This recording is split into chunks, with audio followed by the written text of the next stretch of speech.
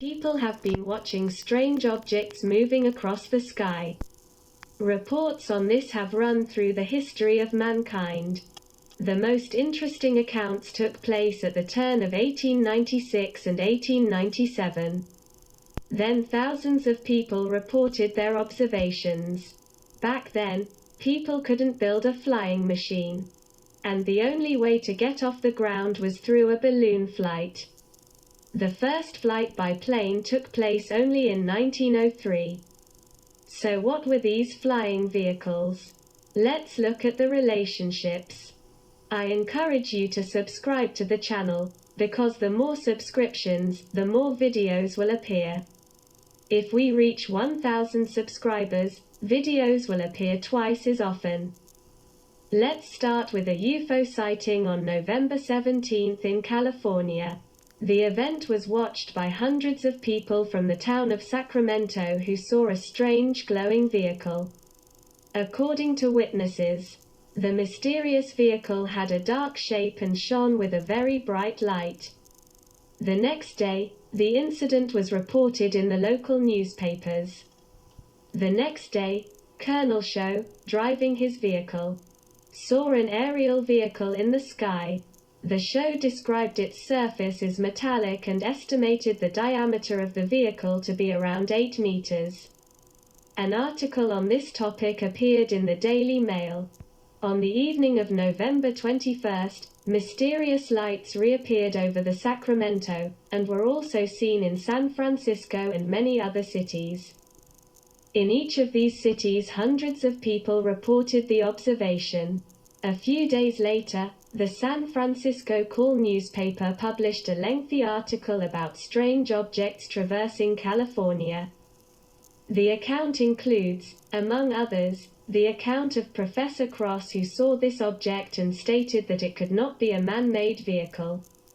According to him, the vehicles moved in amazing ways, and the advancement level exceeded those times. Witnesses observing the incident also reported that objects radiating bright white light suddenly turned red or green. We can find similar reports at other times in our history.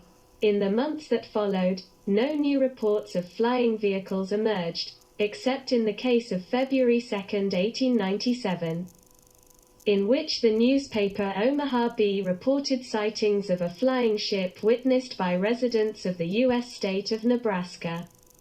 In the spring of 1897, however, the second wave of UFO sightings took place, during which the USA was visited by a whole fleet of mysterious aircraft. On April 15th, in the state of Iowa, hundreds of people saw the mysterious object slowly moving northeast. According to the account, the vehicle generated very bright light. A day later, the incident was reported in the newspaper. While walking in the marshes, the judge stepped out of the thicket into a less overgrown area, where he saw a strange-looking object. The judge stepped closer and identified the object as an aircraft. He was a respected man in the area, and his statement was printed in the press. On April 26, 1897, the Daily Post in Houston published an article in which many witnesses saw a flying vehicle. Several passive groups on their way home from church observed what they thought looked like an airship. According to witnesses, the object was high in the sky. It was difficult to determine its size, but light was noticed coming from their windows. Cases of flying vehicles were analyzed by British specialist Charles Smith. After analyzing, he issued a statement. I can confidently say that the only air vehicles that could carry passengers that the United States could see until 1897 were balloons. It is impossible that anyone could go wrong with anything else. Back then, no type of heavier than air-guided machine could fly. Looking at the events of 1896 and 1897, it is worth considering what people really saw at that time. Of course, many of the accounts could have been interpretations of natural or fame. However, there were thousands of witnesses to the observations. and the reports of the flying ships took place independently of each other. Strange objects appeared over many thousands of kilometers. So what did the people see then? Were these unusual objects of terrestrial origin?